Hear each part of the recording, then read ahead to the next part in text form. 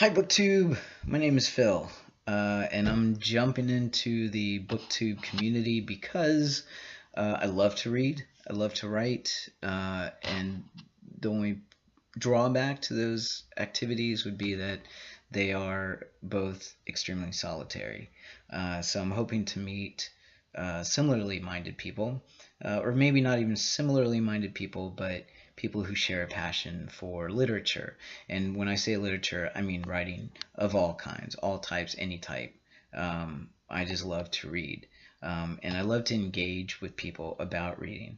Um, so a little bit about me. I've always been a reader since I was very young, um, but reading kind of fell by the wayside for actually about 10 years.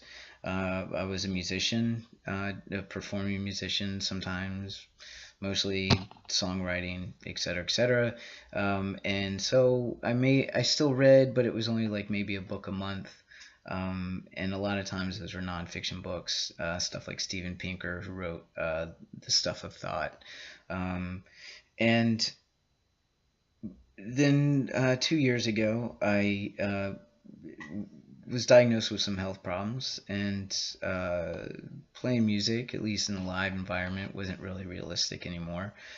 So I found my creative outlet with writing, and as I became consumed with a passion for writing, obviously, I became even more consumed with a passion for reading, and I fell in love with it all again. And I think the iconic moment for me where I just absolutely fell in love with reading and what the magic of a book can do was when about 2 years ago, around the same time as probably within a couple of days of finding out that I had some health problems.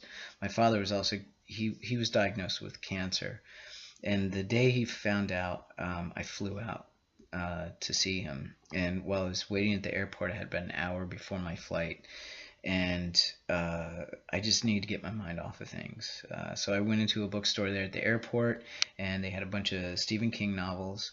And Stephen King has always been kind of like family to me. My mother, uh, who was an avid reader, she consumed anything she could get her hands on.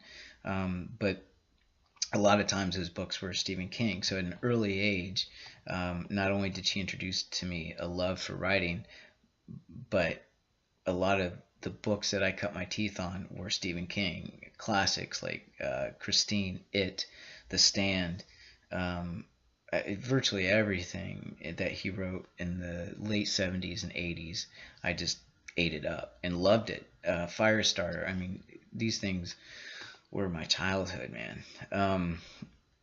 So I decided to get a Stephen King book. They had a few there, some new ones, and I hadn't read Stephen King in years. And so I got it was 11/23/63. And I have to say that also my mother has passed away. She passed away like 20 years ago. And I miss her dearly. She was my best friend growing up, you know.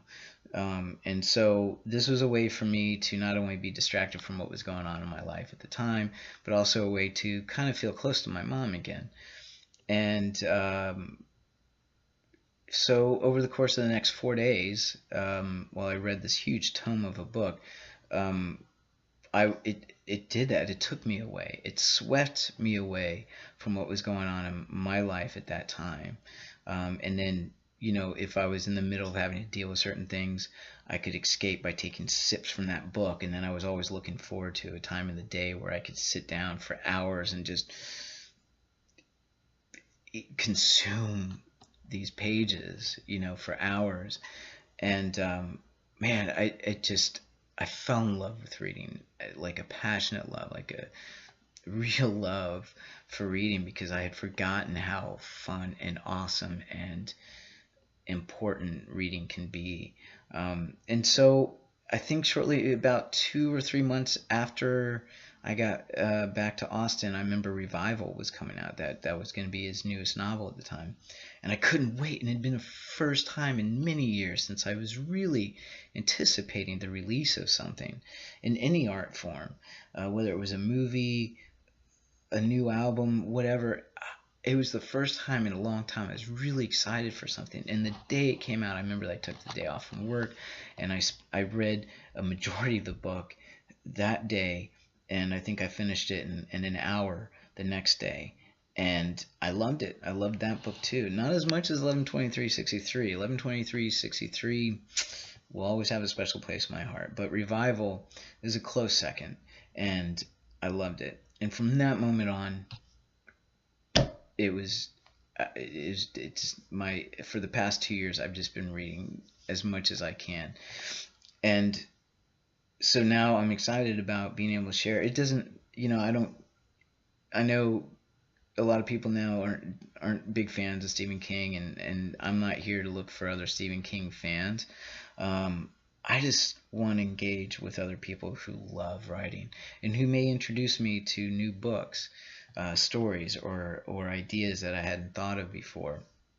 I mean, some of the other things that I like to read, I fell in love also in the way that I did with those two books by Stephen King.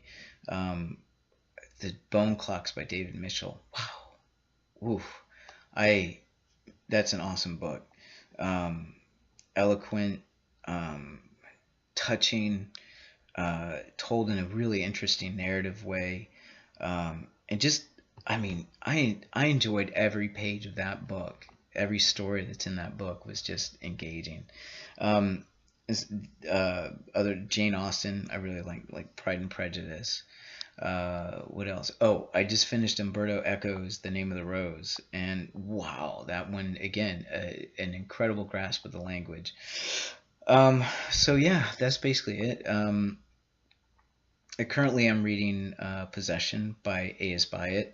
Now this is a book that has illustrated to me the point, the idea, the importance of sometimes in the very beginning of the book, it was kind of impenetrable to me. I just, I instantly recognized her love of language and her poetic use of language, but I wasn't feeling any emotion. I wasn't really engaged in any of the characters. But now I'm about halfway through the book, and I'm glad I stayed with it, because I found myself having to go back, reread certain passages, just rereading certain parts of the book because I couldn't make connections. I'm not the brightest guy in the world, I'll tell you that right now. So some of these heavier books or well-written books, way above my intelligence level. But going through Possession by A.S. Byatt and rereading those parts, and some listening to the audiobook too, I have to say, listening to different parts of the audiobook as I read has really helped me be able to analyze and connect with these characters, and I love A.S. Byatt so far, just what I've read. I have tried reading some of her other books. I think she has one that's like fairy tales for adults, and she has a book called Ragnarok. And I wasn't too crazy about those. Again, they just weren't anything that I could really sink my teeth into character-wise, because that's really what I identify with. But in this book, she's really drawn me in. So yeah, that's it. Hard crime. Holy crap, that's not a genre that I ever thought I would take seriously. But there was a book I read by Little Girl Lost is the name of the book. Richard Alias, that's it. Obviously, it's an alias. But that book, when Stephen King is at his best, he takes your heart, squeezes it, twists it a little bit. That's what this guy does. And I mean that in a good way. This book is so good. And that has gotten me into really appreciating these quick, easily digestible novels, pulp fiction, if you will, and how they can be astounding as well. They can really reach in and grab you. Not all the books are like that, but no, not all books are like that in general.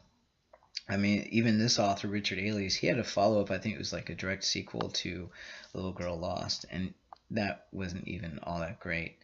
But um, this Little Girl Lost, definitely worth checking out. So that's it, man. I've heard, brevity is the heart of wit, right? I'm well beyond brief. So obviously I'm not very witty. But I'm really looking forward to the potential. I'm not sure what to expect from this, but I really do hope to meet other people and discuss books because that's what I love. So see you soon, BookTube. Thank you.